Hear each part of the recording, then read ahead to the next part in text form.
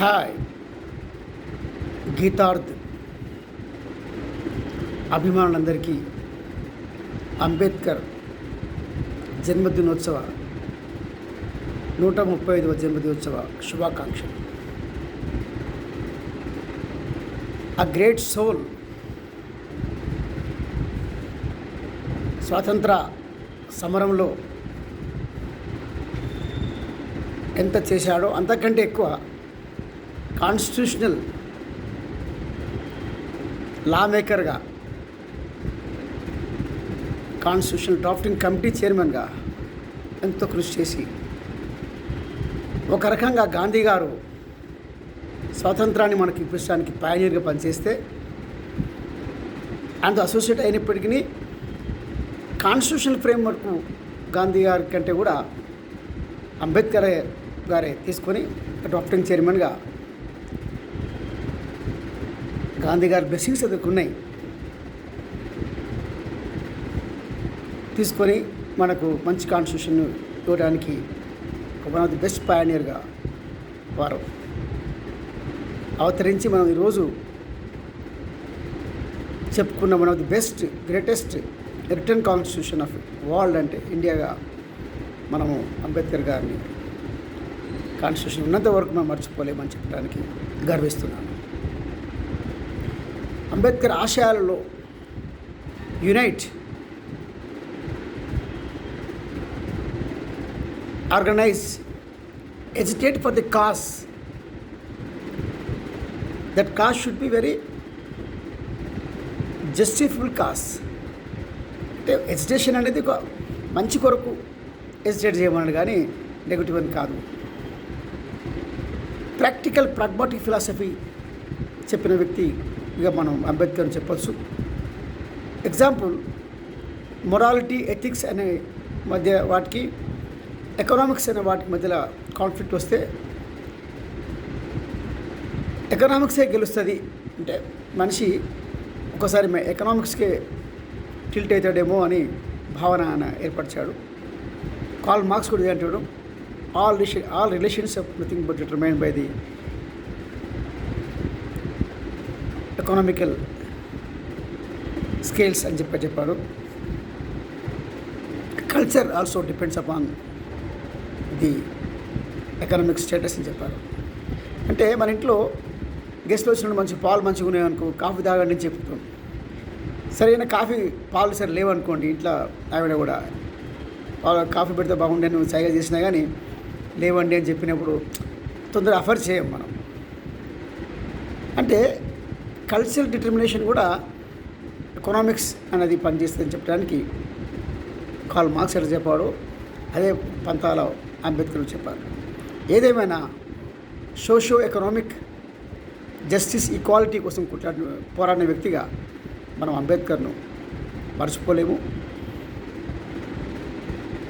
Gandhi non violence ఒక స్ట్రాటజిక్గా అంటే ఆయుధం, అన్సీన్ వెపన్గా to disarm the mighty britishers ఆర్మ్స్ను చేయడానికి ఉపయోగించి స్వతంత్రాన్ని పట్టుకొచ్చాడు. దాన్ని గాంధీయన్ ప్రిన్సిపల్స్ను, ప్రాగ్మాటిక్ సోషియో ఎకనామిక్ జస్టిస్ను కలుపుకొని అంబేద్కర్ కొన్ని కాన్స్టిట్యూషన్లో ఎన్నో ప్రొవిజన్స్ను ఏర్పరిచారు. డ్రాఫ్టింగ్ కమిటీ చైర్మన్గా కొన్ని విషయాలు వింటుంటే, అంటే డ్రాఫ్టింగ్ చదివిన తెలుస్తుంది క్లియర్గా. మేము వెళ్ళడం స్టూడెంట్గా ఉస్మానియాలో చూసినప్పుడు, చదివినప్పుడు అంటే ఎట్లా మనం ఒక చిన్న ఎగ్జాంపుల్ మనం చెప్పుకోవచ్చు.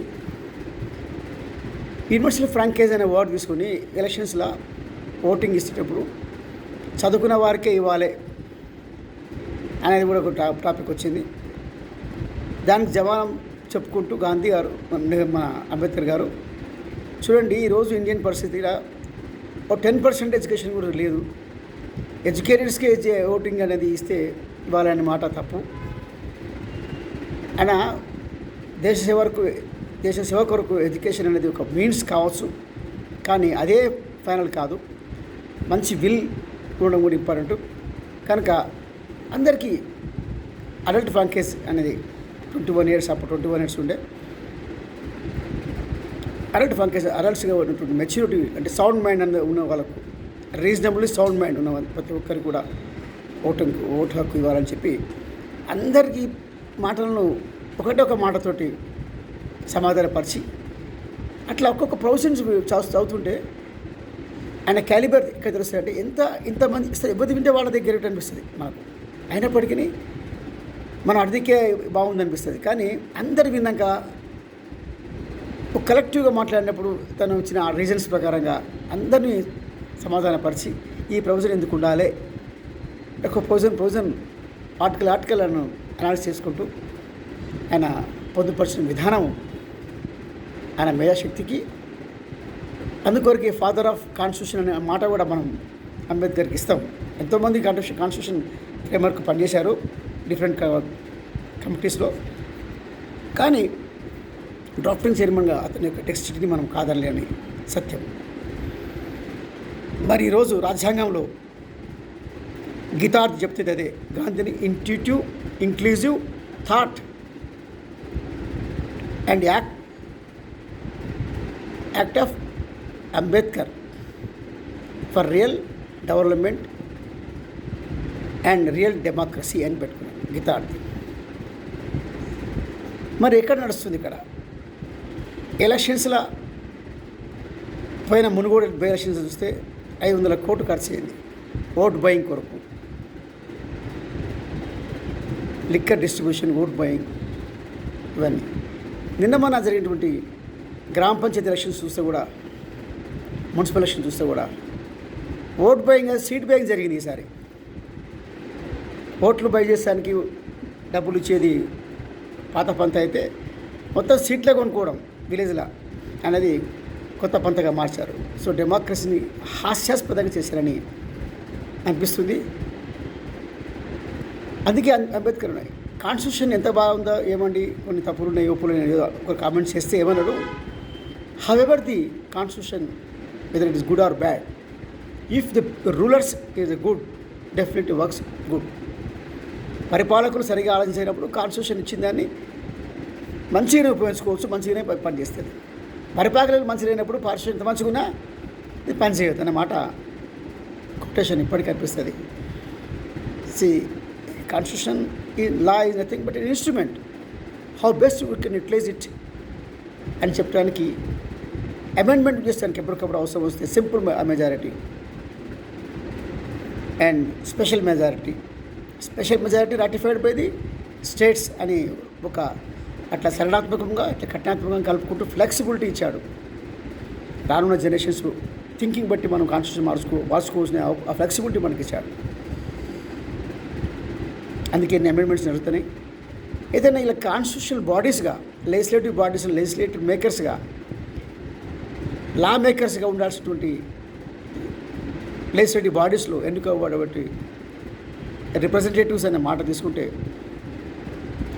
వాళ్ళు లా అబైడర్స్గా కాకుండా లా వయలేటర్స్గా వస్తున్నారు. అంటే లా వయలేటర్స్ అంటే ఓట్ బయింగ్ తోటి గెలిచి మెజారిటీ వాళ్ళు ఓట్ బయింగ్ నమ్ముకొని, పార్టీస్ కూడా ఓట్ బయింగ్ నమ్ముకొని, తక్కువ ఎక్కువ అందరు పార్టీస్ దాదాపు ఆల్మోస్ట్ అదే పరిస్థితికి వచ్చిండ్రు. అసలు వెతుకుదామంటే గుంగడ్లో అన్నం పెట్టుకొని ఎంటికలు రాకుండా ఉంటే బాగుండే అని కోరుకున్నట్టే ఉండేది పరిస్థితి. ఇప్పుడు మనకు కావాల్సింది ఆ మహాత్మా గాంధీ ఇచ్చినటువంటి స్వాతంత్రాన్ని, మంచి సుపరిపాలన చేయడానికి ఇచ్చినటువంటి రాజ్యాంగాన్ని మనం యూత్, మీ యూత్, నేను కూడా ఒక యూత్ కిందకి ఏజ్ ప్రకారంగా 60 దాటిను, రిటైర్డ్ ఎంపీడీఓగా, ప్రజెంట్ అడ్వకేట్గా చేస్తున్నాను, కాన్స్టిట్యూషన్ అడ్వకేట్గా. యూత్కు నేను ముఖ్యంగా కోరేది, యువకులను, please try to uphold the constitution validities. Constitution చదవండి, తెలుసుకోండి, ఆ స్పిరిట్ను కొంత గొప్ప మీరు డెమోక్రటిక్గా మీరు ఆలోచన చేయండి. Democracy start from the family. మీ ఇంట్లోనే మీరు డెమోక్రసీ స్టార్ట్ అవుతుంది. మీ ఇంట్లో కుటుంబంలో ప్రతి నిర్ణయాన్ని అందరు మెంబర్స్ కలిసి మాట్లాడుకొని తీసుకోండి, ఎంత హ్యాపీగా ఉంటుంది. పెళ్ళి చేసిరనుకో ఇంట్లో యజమాని ఎవరిని అడగకుండా ఖర్చు ఎంత పెట్టి చేసినా కానీ పిల్లలకు కడితే మాకు ఏం అడగలేదు అని డిసప్పాయింట్మెంట్ ఉంటారు. అదే ఖర్చు పెట్టేటప్పుడు ఎంత చేద్దాము ఏం కదామని ఒక మాట వరుస కానీ కొన్ని వినకపోయినా తన పంత సాగించుకున్న పర్వాలేదు. కానీ అట్లీస్ట్ పార్టిసిపేషన్ రూల్ అనే మాట తీసుకుంటే ఆ యొక్క ఆలోచనలో ఆ ఈవెంట్లో వాళ్ళని పార్టిసిపేట్ చేస్తే చాలు, వాళ్ళు ఎంతో హ్యాపీ అవుతారు. పార్టిసిపేటరీ గవర్నెన్స్ అనే అవార్డు తీసుకుంటే ఈరోజు చాలా గవర్నమెంట్స్, ఎస్పెషల్లీ మన తెలంగాణ గవర్నమెంట్, కాంగ్రెస్ గవర్నమెంట్ కూడా అంబేద్కర్ మన రేవంత్ రెడ్డి గారు కూడా దానికి ఎక్కువ చెప్తున్నాడు. Our government is participatory government. If it is so, you have to appreciate, hats off, but you have to examine it. Once to realise చేసుకోవాలి ఎంతవరకు మనం అన్నమాట పార్టిసిపేషన్ ఇస్తున్నామని. గ్రామ పంచాయతీలో నేను అందుకొరకే కెటల్స్, KETYLES కెటల్స్ అంటే ఒక కెమిస్ట్రీ వర్డ్ తీసుకునే వర్డ్ అది. ప్రతి గ్రామంలో 6 మంది చొప్పున ఒక గ్రూప్ అయ్యి యూత్, అట్లా 6 ఒక ఊర్లో యూత్ అంటే ఫంక్షనరీ గ్రూప్స్, కానీ రైతులు, మహిళలు ఆల్రెడీ ఉన్నారు, రైతులు ఉన్నట్టు బహుశా, కానీ 6 మంది చొప్పున అట్లా యువకులు కలిసి ఎవరికారు గ్రూప్స్ తయారు చేయగలిగితే, ఎన్ని గ్రూప్స్ ఉంటే అంత గవర్నెన్స్, గుడ్ గవర్నెన్స్ అనే వాటి తీసుకోవడానికి అవకాశం ఏర్పడుతుంది. ఆ గ్రూప్స్ అంటే 60 మెంబర్స్ వాలంటీర్ గ్రూప్స్, వారు ఏ పార్టీని ఉండని వాళ్ళు volunteers for this cause of their village development. వాళ్ళు ముందుకు వచ్చి గ్రామ పంచాయతీ యొక్క ది ప్రైమరీ గవర్నెన్స్ అనేది గ్రామ పంచాయతీ కనుక వాళ్ళతో ఇంటర్ఫేస్ అయ్యి వాళ్ళ మీటింగ్స్లో, మంత్లీ మీటింగ్స్, మన రీసెంట్లీ మీటింగ్స్ జరిగినాయి రాష్ట్ర వ్యాప్తంగా, రిజల్యూషన్ చేశారు. మరి ఎంతే హైలైట్గా ఉన్నాయో తెలియదు మనకు. బట్ ఆ రెజల్యూషన్స్ చేసేటప్పుడు కానీ ప్రతి మంత్లీ ఒక మీటింగ్ జరగాలని పెట్టుకుని యాక్ట్ ప్రకారం ఉన్నది కనుక ప్రతి మీటింగ్లో మీరు పార్టిసిపేట్ అయ్యకుంటూ ఈ let the circles, youth circles, what call కటెల్ సర్కిల్స్ నువ్వు ఆహ్వానింపజేస్తే వాళ్ళు వచ్చి పార్టిసిపేట్ అయ్యి గవర్నెన్స్లో పార్టిసిపేషన్ అనే వర్డ్ స్టార్ట్ అవుతుంది నిజంగా. So a good governance has to begin from the grass root level, from the village level.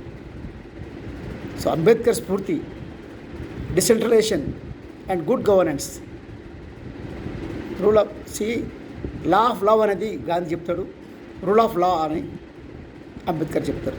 రెండు కలుపుకుపోయి మనము మన యొక్క ఈ భారతావరిని గ్రామాల నుంచి గ్రామము, మండలము, తద్వారా జిల్లా, స్టేట్, నేషన్, ఇంటర్నేషనల్ లెవెల్ కూడా మనం వ్యాపింప చేసుకునే అవకాశాన్ని మనము ఈ యొక్క మనకిచ్చిన స్ఫూర్తిదాతలు ఈ అంబేద్కర్, గాంధీ, తదితర all pioneers, countless people are there.